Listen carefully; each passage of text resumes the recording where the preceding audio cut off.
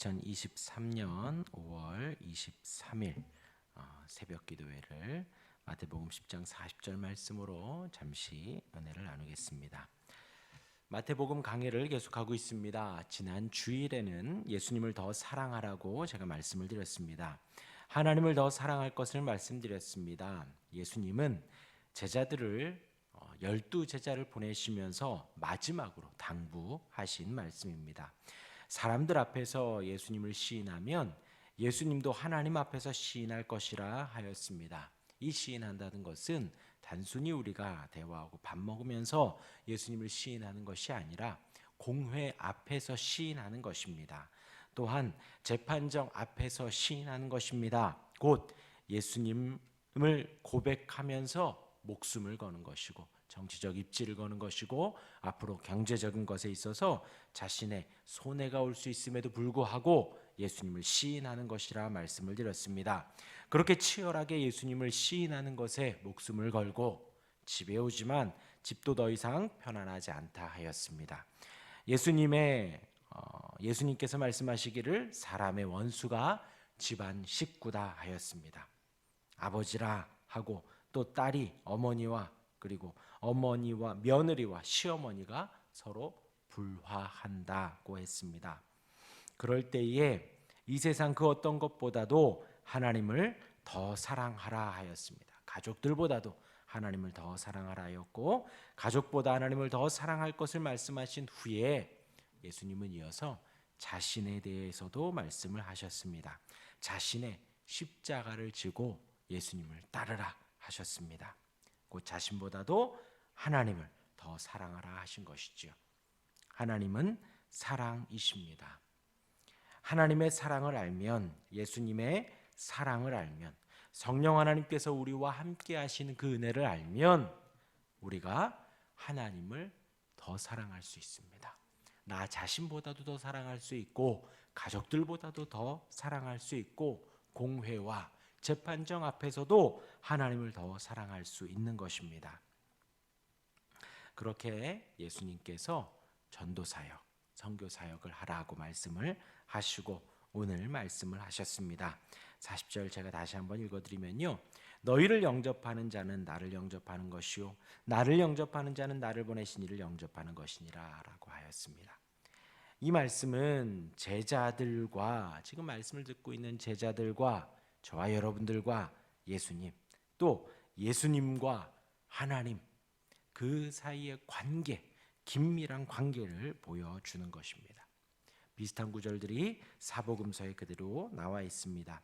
마가복음 9장 37절 말씀에 누구든지 내 이름으로 이런 어린아이를 하나를 영접하면 곧 나를 영접하며 누구든지 나를 영접하면 나를 영접함이 아니요 나를 보내신 이를 영접함이니라.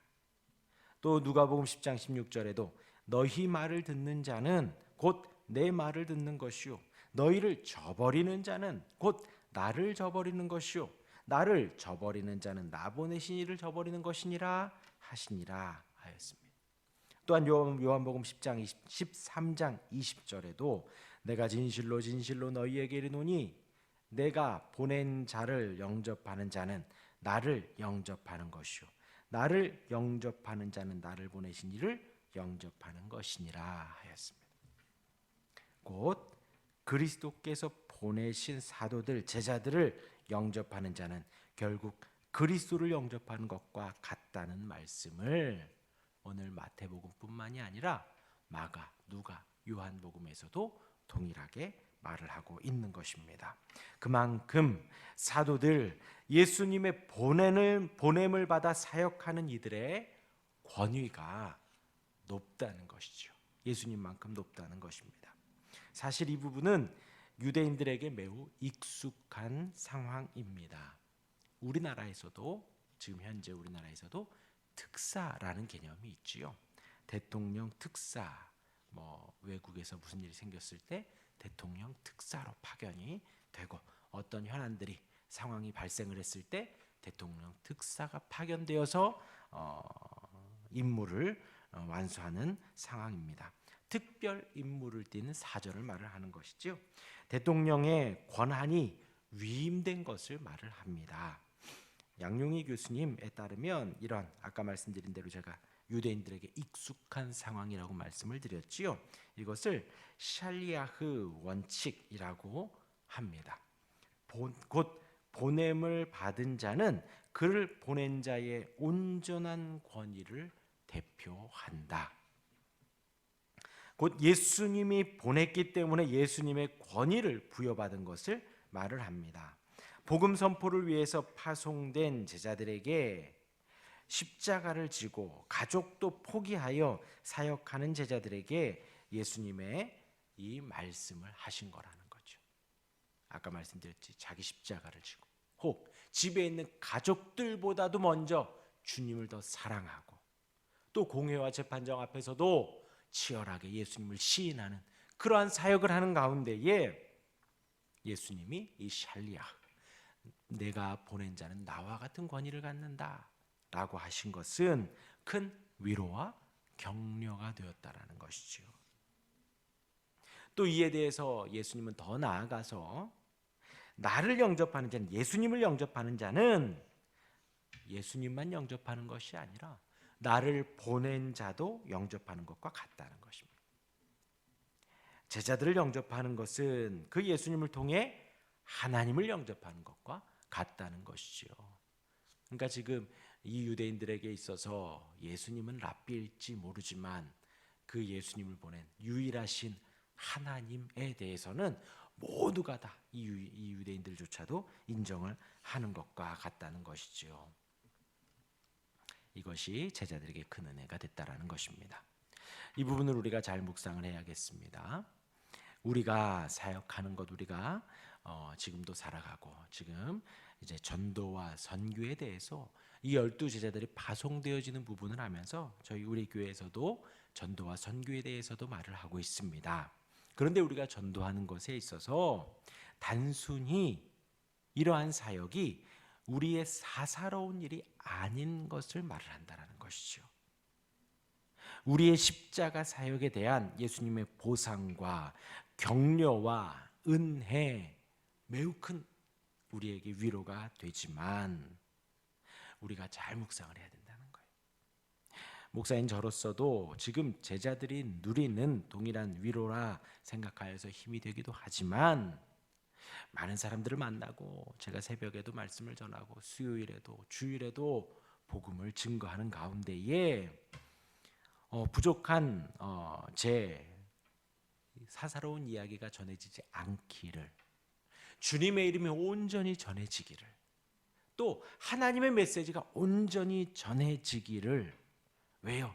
제가 이렇게 전하는 것이 단순히 제 말이 아니라 구원자 예수 그리스도를 전하는 것이고 또 우리를 보내신 하나님을 전하는 것이라 했을 때에 듣는 여러분들이 단순히 제가 전하는 말이 저의 말로 받지 않고 주님의 말로 듣고 하나님의 말씀으로 듣는다라고 했을 때에 그것이 위로가 되기도 하지만 큰 부담이 되기도 한다는 것이지요. 우리가 한 말씀 한 말씀 전하는 것이, 그리고 우리의 언행 심사에 있어서 우리가 살아가는 그 하루하루의 시시초초의 삶이 단순히 사사로운 삶이 되지 않는다라는 것이지요. 우리를 보내신 주님의, 우리를 보내신 하나님의 삶이 증거되어진다라고 할 때에 우리가 그 한 1분 1초의 삶, 우리의 한마디 한마디의 말이 온전히 복음 전파가 되어지고 온전히 천국 복음이 증거되고 온전히 하나님의 말씀과 같아야 되고 구원의 말씀과 같아야 되고 사랑의 말씀과 같아야 된다라는 어떤 부담감이 된다라는 것이죠. 단순히 내가 깨닫고 내가 생각하고 내가 믿고 있는 바를, 내가 경험했던 바를 사사로이 증거하는 것이 아니라는 것입니다. 우리의 선포가, 우리의 삶이, 우리의 말이, 우리의 가르침이 예수 그리스도를 잘 반영하는가, 예수 그리스도를 바르게 전하고 있는가, 하나님의 사랑을 잘 증거하고 있는가라는 거룩한 부담감도 동시에 온다는 것입니다. 우리를 택하신 하나님이 이러한 부담감도 주시지만 또한 우리와 함께 하신다는 것입니다. 우리를 택하신 하나님이 하나님의 권위와 같이 우리와 함께 하셔서 그 권위를, 그 사랑을 함께 부여해 주신다라는 것입니다. 우리의 유일한 구원자 예수 그리스도의 권위와 같다고 오늘도 위로를 해 주십니다. 우리와 함께 하신다고 우리에게 그러한 똑같은 권위로 함께 해 주신다고 해 주시니 오늘 하루도 저와 여러분들에게 호흡을 주셨습니다.